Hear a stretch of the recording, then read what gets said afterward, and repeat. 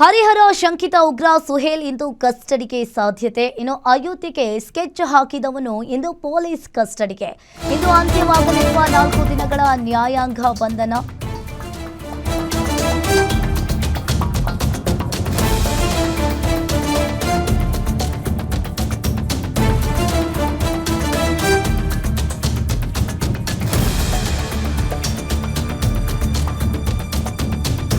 ಅಯೋಧ್ಯೆಗೆ ಸ್ಕೆಚ್ ಹಾಕಿದವನು ಇಂದು ಅಂತರಾಗಿದ್ದಾನೆ. ಈಗಾಗಲೇ ಪೊಲೀಸ್ ಕಸ್ಟಡಿಗೆ. ಇಂದು ಅಂತ್ಯವಾಗಲಿರುವ 4 ದಿನಗಳ ನ್ಯಾಯಾಂಗ ಬಂಧನ.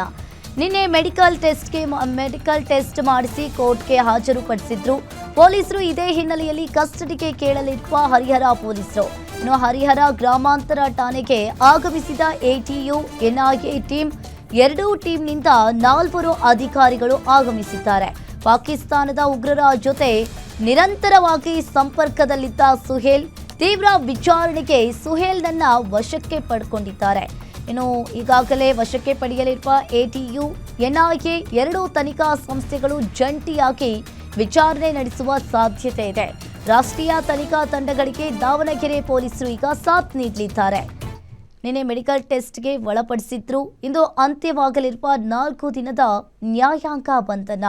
ಪಾಕಿಸ್ತಾನದ ಉಗ್ರರ ಜೊತೆ ನಿರಂತರವಾಗಿ ಸಂಪರ್ಕದಲ್ಲಿದ್ದ ಸುಹೇಲ್ ಅನ್ನೋದು ಗೊತ್ತಾಗಿದೆ. ತೀವ್ರ ವಿಚಾರಣೆಗೆ ಸುಹೇಲ್ನನ್ನ ಎನ್ಐಎ ಟೀಮ್ ಹಾಗೂ ಎಟಿಯು ಟೀಮ್ ವಶಪಡಿಸಿಕೊಳ್ಳಲಾಗಿದೆ.